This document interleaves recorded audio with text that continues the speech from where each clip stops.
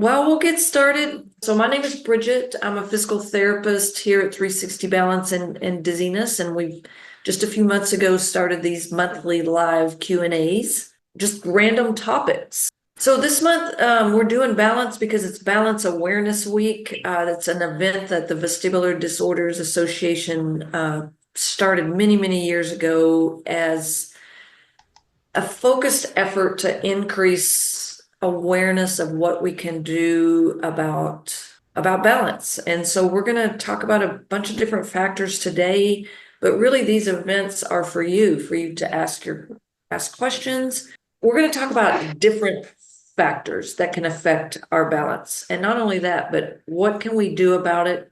And then having a discussion about some things, what can we not do about it? So let's break some of these components down. A closer look at them. Our past medical history affects our balance. This particular picture on the slide is even different things that affect hearing. So when we think about these different past, like medical histories, these conditions, diabetes affects our blood flow. So that means it can affect our blood flow to our inner ear, which can affect our hearing, which can affect our balance. One of the tricky conversations to have is always, I don't consider aging a medical condition, but really this conversation about if you go and you talk to a provider about it, and they're like, well, you're doing pretty good for your age. That's like one of those canned responses that makes my skin crawl. Balance, particularly the inner ear, is retrainable throughout our life, and it's super important about how we use balance in the dark, how we use balance when we close our eyes to take a shower with quick movements. And we've also seen some changes, a decline in balance related to memory.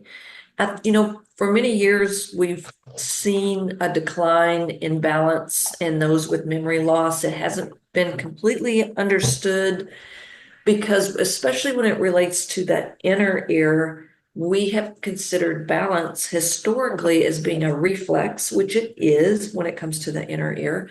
But now in the last few years, they've discovered that cognition plays a bigger role even in inner ear balance and spatial orientation, where we are in space, than we've really known before. So cognition, memory loss can affect our balance. Kind of interesting about how can kidney disease affect our balance. On a deeper level, the inner ear and the kidneys they're developed with the same neuronal tissue and actually have a similar shape in their development. So it's not uncommon for people with kidney disease to have be susceptible to have inner ear problems, meaning it may be dizziness, it may be balance. Vision is a big one. I've done a podcast on vision. Charlotte's written a blog on vision, but we cannot say enough about how important vision is. And that is something that can be affected as we age. We can get cataracts, we can get glaucoma, we can lose visual acuity. Sometimes going into trifocals affects our balance. Actually, wearing trifocals requires a very quick response to be able to kind of know where we are in space. One thing that happens either as we age or if we've worn glasses for a long time, if we wear glasses, we don't use our periphery as much. And our periphery, what's out here, gives us the most information about balance. Heart disease has been associated with both hearing loss and risk for dizziness and affect our balance due to blood flow issues. Certainly having the risk of falls increases the chance that we may fall again. And I'm going to talk about some of that. And I've already talked about that other related to cognitive decline. Medications.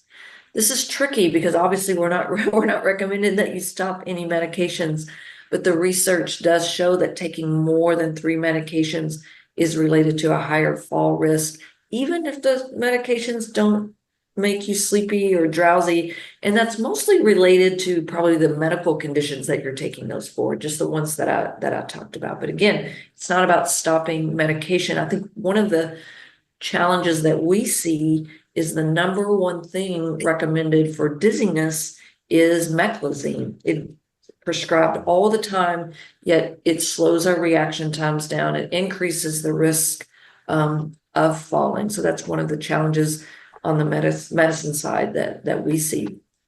Sleep, a lot of us know what that recommended sleep is, and we don't get it. Maybe we can fall asleep but not stay asleep, or difficulty falling asleep, or waking up throughout the night to go to the restroom. But we do know sleep is important. If you snore or you have restless leg syndrome, those are things that need to be addressed, because those are interfering with going into a deeper sleep. The food we eat affects our balance. So when we think about, some people come in and they're like, I feel like my balance fluctuates, or sometimes I can do my balance exercises and sometimes I can't. And so we're asking all these questions. How well do you sleep? Are you eating? What's your stress level like? All of these factors, allergies, barometric pressure changes, can really cause our balance to fluctuate. Specifically, what we see is on low vitamin D, that has been shown to increase the risk of having what's called, the ear crystal problem, or the ear rocks, that causes us to have vertigo when we lie down and roll over, and can affect in bed, and it can affect our balance. That's specifically been associated with a higher risk. Low vitamin D can also make us tired, which affects our balance. And a big one is vitamin B. B is in boy. This is not a part of your normal blood work. So this is something that we talk about with patients to have it checked. What is your vitamin B?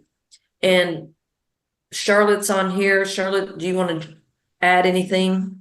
Yeah, I guess one of the things that I like to tell my patients too is that humans aren't very steady creatures. We tend to have fluctuations in everything. Even if you're doing everything right, you're taking the vitamins, you're sleeping well, you're hydrating, you're going to have good days and bad days. And that's just part of being human.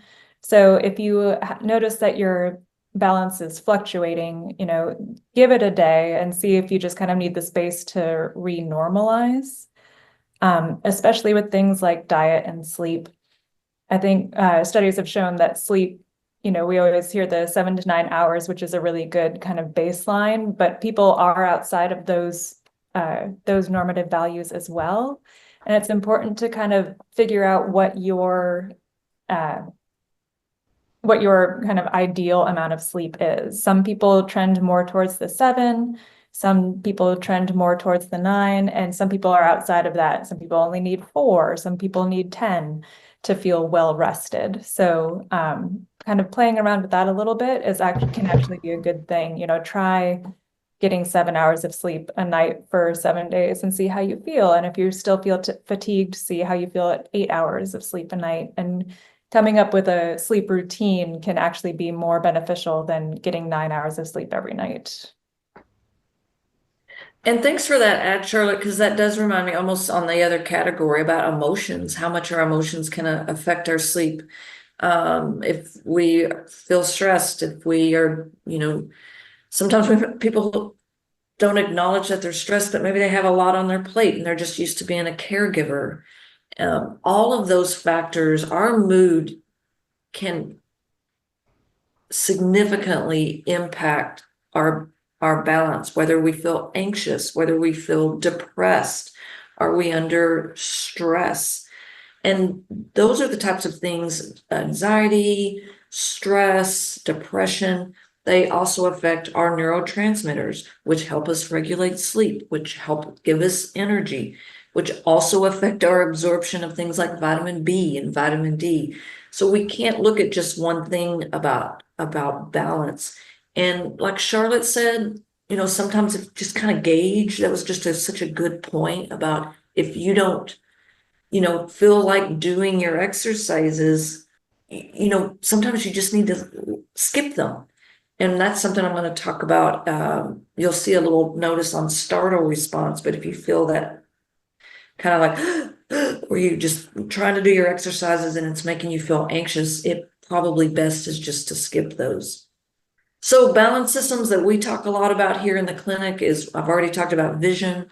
Our inner ear, half of it does hearing, half of it does balance. It helps us coordinate eye and head movement. It helps us make turns. It helps us in the dark. It helps us step on times. And then let's talk our body. What's our sensation like? What do we have pain? What's our joint? What's joint integrity? What's our strength like? And then I spent quite a bit of time talking about the role of vision. So all of these parts, these three big components, the three sensory components is what we call them: the eyes, the body, and the inner ear, and how they send information to your brain can, if something's going on with your vision, something's going on with your inner ear, or you are in pain or feel like you have weakness, then those things can affect your balance as well. And they work all together in general. They also kind of take over in specific situations. So for example, if you're dependent on your vision for balance, then of course, when you're in the dark, it's going to be a lot harder to balance. Or if you close your eyes, or if you're navigating somewhere and you're kind of looking around trying to find where you are, so you're not looking where you're going. The sense of touch, for example, is going to be really important on solid surfaces, but less important on surfaces where you're walking and it's kind of soft, like grass or sand. So if you're overly dependent on that sense of touch, then it's going to be harder to balance on softer surfaces. And then, of course, our inner ear tells us a lot about what we're doing in space and what our balance is doing. So if there's dysfunction there, it can kind of affect all of the above, really. And those are great points that Charlotte makes up that you can talk to your provider about. Like, if some people will, like, if I go to church and close my eyes, I have to hold on. Well, that means when you take out vision, it's harder to maintain balance. Or in the shower, when you have to close your eyes, that gives us clues that maybe either your inner ear may not be doing its job, or we have a tendency to become very reliant on touch and vision. And that's something we see certainly as we age, but like I said earlier, those things are retrainable throughout the lifespan. The fear of falling is a big one. If you feel like typing something in chat, my question to you is do you think that walking slower makes you safer? That'd be a question if anyone wants to answer yes or no. Is walking slow to be cautious, does that help your balance? Yes or no? If anyone wants to take it's a 50-50 chance on that, and type in your answer. Again, once we've fallen, who's kind of not afraid of falling? We hear about the consequences of falls. And so we become more protected. We want to touch, we want to walk slower, we want to be more cautious. Maybe we don't want to move our head as much.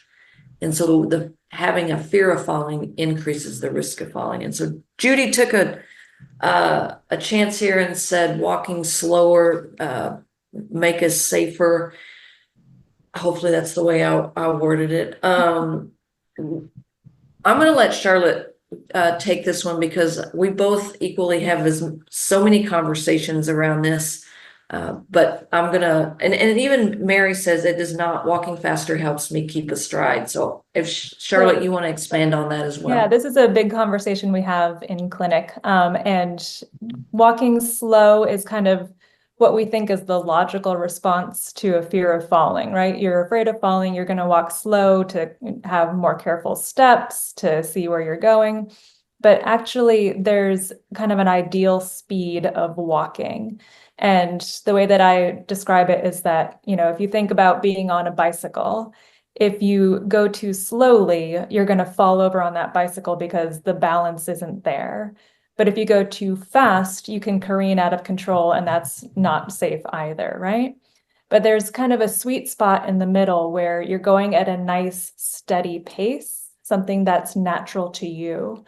So there are some kind of cutoff speeds, and it depends on how old you are. But generally speaking, going at a nice kind of natural pace for you. If your friends and loved ones are saying, hey, you're always lagging behind, you're always walking very slowly, that's a pretty good indicator that you're actually walking slow enough that you're at an increased risk of falling. Think about being on that bike and going really slowly, you're going to fall over, right?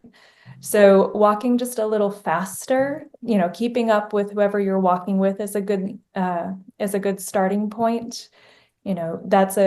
That's a good way to keep you steadier. It's like Mary Barnett just commented, walking faster does help you keep a stride, because walking is in the end a controlled fall, just by nature of what we're doing, right? We're kind of leaning forward and we're controlling the fall with one foot in front of the other. So if your foot isn't there to control that fall, then you're going to be a little bit in trouble. Keeping a stride means kind of nice longer strides, landing on your heel, pushing off with your toe in the back so that you're keeping, both legs walking at the same pace. It might feel a little funny at first, or it might feel even a little bit kind of scary to speed up. But if you speed up your walking speed, almost every time people will say, oh yeah, that actually felt a lot steadier. So walking just a little faster is safer than walking slowly, even though, it seems a little counterintuitive at first. And a nice way to think about that is just try swinging your arms. It may feel a little awkward at first, but arm swing is natural. And when we feel unsteady, we stop swinging our arms. We kind of tighten up. We don't move our arms much. We don't move our head much. So it can be very surprising by just practicing some arm swing, how much that can help your stride length. Okay, so, we've talked about some of these potential risk factors, what can be changed. If our inner ear is doing its job, that can be changed throughout our life. If there's, our vision, are you getting your eyes checked? Unfortunately, some people do find that trifocals become too complicated to wear, especially like for going downstairs, and they end up choosing to go either into bifocals or just wearing, a couple of different glasses. That's more, especially if dizziness is a problem. If you have a loss of sensation in your feet and you have maybe even been diagnosed with peripheral neuropathy, there, are some products that have shown to help at least the pain. Some even report improvements in the use of certain products to bring some of that sensation back. But I think that's a real tough one. Not having sensation in your feet is one of the kind of bigger challenges that we see when we try to improve your balance. And then just practicing, making sure you work on your neck range of motion so that you can see more into your periphery. There's so much we can work on. And, we're going to open up the floor for questions, because again, that's what these monthly webinars are, for you to ask your questions. And then, Charlotte may have some additional things that she wants to share as well about, how we can check our balance, what makes us an increased risk for falls. But first, we want to turn the floor over to you. I do have just a handful of things that I know you've probably heard before that I want to go over, but lighting can be important that you can do. These are things to decrease the risk of falls. And so it has been shown to have some night lights will help. Getting things out of the way that you might step on if you have to get up at night and suddenly you have to go to the restroom. Make sure your shoes or any kind of tripping hazards are out of the way. Installing some type of grab bar may be helpful, particularly in the bathroom where there's wet surfaces, or putting down non-slip surfaces in the bathtub. Securing those rugs, because we have a tendency to kind of trip on the rug. So these are some of the activities we can do around, more common activities we can do around our house. And then these are just three, physical activities that we talk pretty frequently about with patients. I love practicing sit to stand. It's one of my favorite activities to give people encouraging people to walk, even if it's just a little bit throughout the house. We're starting somewhere. There's online Tai Chi, balance, yoga classes. Charlotte has developed an incredible fall prevention balance improvement program that we can answer questions about as well. And just, I think it was AAA a couple of months ago said one of their top vote for best exercises was holding onto the counter or a stable chair and doing a partial squat, not going down too deep to cause pain in your knees, but what's just called a partial squat and up is one of the best exercises that we can do. And, if you have questions about, if and how, where could I start in a balance program or any other questions, just, we're going to open up the floor, and Charlotte may have some ideas flowing through her head as well. So feel free to type into the chat and ask us questions, or if you want to even unmute yourself and ask a question, that's fine too. Going back to the kind of what can I do versus what can I not do, there are some pathologies that are going to affect balance and safety. So Bridgett mentioned peripheral neuropathy. There are also movement disorders that people will be diagnosed with in their lifetimes. Sometimes chemotherapy can affect our balance and our balance systems. And these are things that when those kinds of things happen, awareness can actually help your balance. So being aware of the fact that, you're going to be moving differently, then you can use adaptive things like a walker or a cane. And sometimes people say, well, I don't want to use a cane. I don't want to be stuck with that. But what I'll talk about with my patients is that using a cane is not, an all or nothing kind of game. Sometimes you might need it for harder balance challenges, such as if you're going to be walking long distances or somewhere that's unfamiliar. And then other times you might not need to use it, such as when you're walking around your house or somewhere that's very, short distances and very familiar. So things along those lines. There might be things that you can't change about yourself, but your environment, we can either use assistive devices or change like where you are, what you're doing, or how you're doing it. All right. And Charlotte, I have a great question for you from Judy. When I bend over with my head upside down, I get dizzy. Do you have suggestions? Yeah, so bending over with your head upside down can cause dizziness for a couple of different reasons. It might, in fact, be vertigo or BPPV. So that would be something that you could have a clinician test you for, especially if other head motions also makes you dizzy. If you're standing up and you kind of hang your head down and that makes you feel dizzy, I would ask if it makes you feel kind of like you're going to keep on going forward or, anything along those lines, because then it could be that your balance is challenged, and that in that case, we could work with you to come up with some specific balance exercises to work on and center of gravity awareness. So, when your center of gravity comes forward, how do you react to that? Are you able to bring yourself back? Or are your systems of balance not as strong as they could be to kind of help you with those kinds of things? And Charlotte, that is a great analogy, because it reminds me of if y'all would imagine an upside down cone with the small end at your feet and it comes up around you. Well, that cone isn't symmetrical. It's smaller in the back, but Charlotte, that was such a great example, because we can only lean so far forward in that cone before we have to step. So if I'm reaching for something, I'm kind of reaching, it's called my limits of stability or my cone of stability.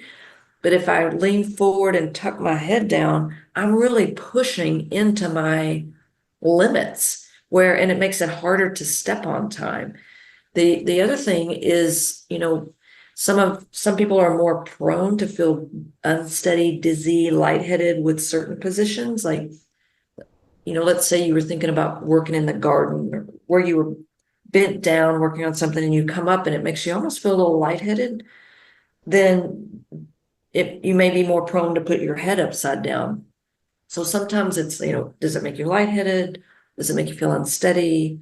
Is the room spinning? All of those types of symptoms can help kind of identify what may be the cause, or and sometimes it's causes. Absolutely. Blood pressure can also play a part in that. So if you're working outside, like Bridgett said, working outside in the garden, especially here in Central Texas, getting hot, getting dehydrated, and then that can also cause dizziness as well. So making sure that you're staying on top of, again, going back to that diet portion that we talked about earlier, making sure that you're staying hydrated, especially if you're on diuretics as well, making sure that you're kind of working with your doctor to make sure that it's not dehydrating you too much can really help. Are there any other questions that y'all have? It's your chance.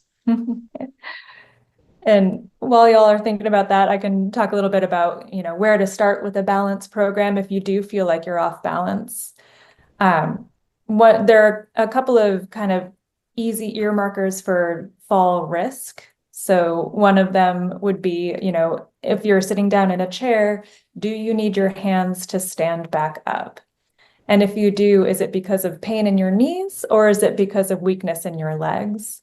If it's because of pain in your knees, that's more of a structural thing. You can try putting a cushion on your chair and then see if you can stand up from that without using your hands, and see if you can get to a point where it's challenging but doable to stand up and sit down about 10 times without your hands. And when I say sit down, I don't mean just letting yourself fall into the chair, but rather lowering yourself so that you don't actually hear your bottom hit the bottom of the chair. So that would be a good place to start if you're looking for an exercise to strengthen your legs. Another thing that you can work on is standing on one foot. So studies have shown that if you are unable to stand on one foot for 5 seconds, you're at a higher risk of falling. Standing on one foot is really hard. It's the smallest base of support that we can give ourselves. Typically, we're on 2 feet that are kind of slightly apart. So if you think about, putting those 2 feet together and then taking one away, that is a very small base of support. If you're unable to stand on one foot for 5 seconds, it's really important to practice that until you get above that 5 seconds if that's possible. Things that might make that not quite possible would be if you can't feel your feet. So again, those of you diagnosed with peripheral neuropathy might struggle more with standing on one foot. If that's the case, my suggestion is always to, when you're practicing, whichever foot you're standing on, take 2 fingers on that same side and just touch down on your counter, or on, your kitchen counter, your sink counter, so that if you're standing on your right foot and you have your left foot raised in the air, you're touching down with 2 fingers on your right hand. And same thing, if you're standing on your left foot with your right foot in the air, you're going to touch down with 2 fingers on your left hand. So in that way, that'll give you the little bit of touch input that your feet are missing. Again, it's really hard, so it's going to take a long time to improve that one. So just keeping on with it, giving yourself a little bit of space to not be perfect is important. On the other hand, if you can stand on one foot for more than 5 seconds, then it's really important to keep on doing that. It's important. It's a use it or lose it kind of a skill. So if you're able to do it, try to work it into your daily routine. If you're able to stand on one foot, make sure that you're putting on your socks without holding on, or make sure that you're putting on your pants without, sitting down.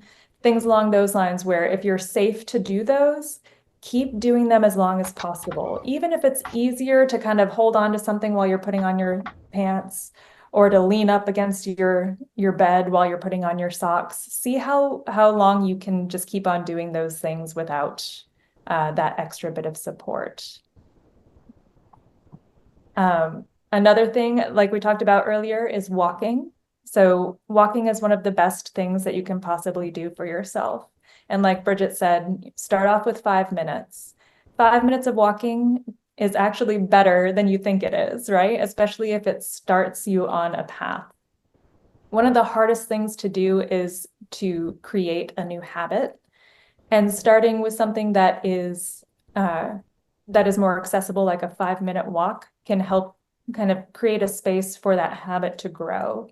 If you can walk for 5 minutes, maybe the next day you walk for 10 minutes. And if you can walk for 10 minutes, maybe the next week you walk for 15 minutes. There are things that can help you feel a little bit more motivated. So, find a walking buddy, for example, and that's always a good thing to do, especially for safety. Or find a podcast or a radio station that you really like to listen to, and then only listen to that while you're walking. And that way you'll be like, oh, I really want to listen to that audiobook, to that, that podcast, to that radio station, but I have to be walking while I'm doing it. So I'm going to start doing that. Always, always, always, when you're going for walks, bring your phone and have it on your person. And this is just a safety thing. In case anything does happen, you get into a sticky spot, maybe you have a tumble, let's hope not, but maybe. Or maybe you go a little bit too far and you're just like, oh God, I cannot walk as far as I want to back. You have that tool where you can call somebody, and it's your little get out of jail free card kind of a thing. And then Bridgett asked for the general group in the chat, is there anything that helps you feel more balanced? Because there are always going to be, your own tips and tricks. And that's kind of the beauty of one of these chats, is that we can share those with each other, and maybe somebody else thinks, oh, you know what, that could really help me as well. So if anybody has personal tips, please share. Yeah, that was a good share from Mary about increasing her speed of walking to help her feel more balanced. That's a great example. And I do want to acknowledge that, it's pretty common, Charlotte mentioned it, I mentioned it, that we do often recommend an assistive device, whether that's a cane or some type of, rolling walker with 4 wheels. And most people are a little resistant to that because, just like Charlotte said, I feel like I'm just going to get stuck there. As a reminder, if using an assistive device helps you walk more, then it's doing more for you. And it's not defining you. It's not defining you as that's where you're going to be stuck. It's not defining you as old. It's allowing you to do more and safely. And even if you don't have to use it all the time. Judy shares paying close attention to where my feet are. That's a great, we mentioned this a little bit earlier, where attention is kind of one of your backup systems of balance, right? So that's a great point, Judy, where, knowing where your feet are is a very good way to stay safe, especially if you're doing things like stepping up on curbs or walking in houses with rugs. Rugs are kind of the bane of the balance existence, right? They have a tendency to jump up and grab your feet. So making sure that you know where your feet are. The opposite side of that coin is that just like you can be too aware of your fear of falling, you can be too aware of your feet too. You don't want to be walking around staring at your feet. In that case, if you feel like that's something that you do, a lot of people talk about, well, I feel like I'm just looking down all the time when I'm walking. So if that's the case for you, I always suggest to walk and look about 20 feet in front of you on the ground. If you look about 20 feet in front of you, your head's going to be up in a more neutral position, but you'll be able to see if something's coming up that you need to pay attention to your feet for, right? If you see, oh, there's a root in the sidewalk, or, oh, there's a curb coming up, then you look down at your feet and make sure that you're aware of where they are going over that thing. And then you go back to that 20 feet ahead of you and you can see, again, you can see the future coming at you. So, but that's a really good point. Being, awareness of your center of gravity, awareness of your feet is a really good way to stay balanced. Just think of scanning for planning. And so you want to, just like Charlotte said, scan your environment so you can plan. And sometimes that means if you see an unstable surface coming up, is there a way, like, is there a tree that you could potentially touch as you step over an uneven surface? So scan your environment so you can plan effective balance strategies. Yeah, and then what Bridgett just said is a good point too of, oftentimes we talk about practicing your balance, standing on one foot, standing with your feet together and closing your eyes. In clinic, we have people step up onto things without touching onto bars or without touching onto anything. But safety is always number one. So if you feel like you need to touch onto something to step up onto a curb, then do that, at least until you feel more confident stepping up onto a curb without anything. Scan for that tree, scan for that car. If you're with somebody who's more stable, hold on to their arm while you step up. And that's okay. That's not cheating at balance. That's not, cheating yourself out of balance. But if you're feeling unsteady, of course, if you're practicing to be more balanced and then you have a fall, that kind of goes against the practicing for balance. So safety first, always. Any other questions or comments? Hey, Gary, y'all are on mute. Are we up there? Can you hear us? Okay. Uh-huh. Yeah, on these, and I've warning in front, sometimes I can't walk, like that's a little bit of dementia working, but I walk and I get good walking, and it's and all of a sudden, like a day later, I got my rollator.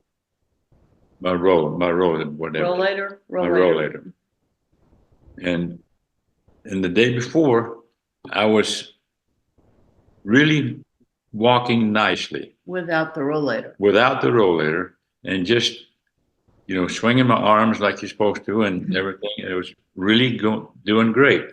And this happens frequently. The next day, or the day after, I'm back to square one. And I thought I'd known it all in my long life, but it's just, this has got me flummoxed. It really has. And that can, Gary, that can be frustrating. Sometimes we think, one step forward, two steps back. I think is really acknowledging that those fluctuations will be there. Yeah. And if you can identify what those possibly are, sometimes when we feel better, we do a lot more, and then maybe we're tired because we just want to feel better. And I would suggest, if y'all can, on the days, how did you sleep? Are you still staying hydrated? Taking your medicines at the same time? And maybe you are, maybe those are just fluctuations, but we do see a lot of fluctuations in balance. And we do ask to, be kind to yourself and give yourself some grace, that when you have to go back, it doesn't mean you've regressed to square one, maybe just for the day. And then maybe it takes you another day, then you're back to where you feel better, and rewarding yourself for those good days and not feeling defeated on the days that you feel like your balance isn't. I've known you a long time, Gary, and I know you're doing everything you can. So pat yourself on the back for all that you do to be the best that you can. That's what I've been trying, and it is very trying. So, again, humor, right? Yeah, that's right. Humor is the best. All right, I appreciate that. There's other stuff, but we see a doctor next week and see what is working there, and maybe I can get you back. Might get off a med. Yeah. One of the meds, so that would be We're on great. A lot of different meds, and Possibly less dizziness. yeah, because some of it is just, the dizziness is just unreal sometimes, and that's what we're trying to get rid of now. So Yeah, that can definitely affect your balance. yeah, well, we'll back to the grind. Back to the drawing board. Drawing board. Well, thank you all so much for your Looks like interest, and Mary Barnett might have a question too. Oh, okay, go ahead. Hi.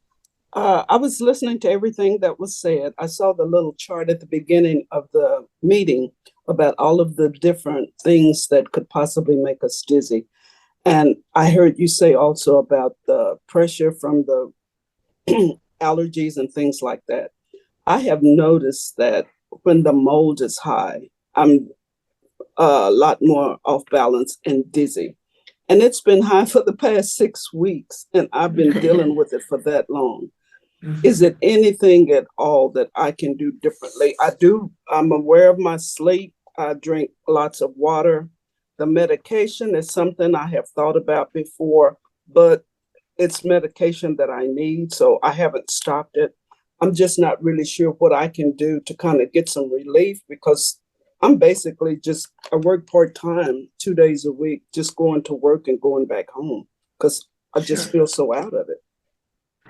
And sorry that's happening, Mary, and it's also, it can depend on the healthcare provider you see of what kind of answer you're going to get. Like allergies don't have anything to do with dizziness and balance, but being in this space for almost 30 years and living in Central Texas, like Charlotte had said, all you have to do is listen to patients and they're like, listen, this is related to my allergies. And so, you know, whether it's finding an ENT who you want to talk about your allergies, are there things you can take?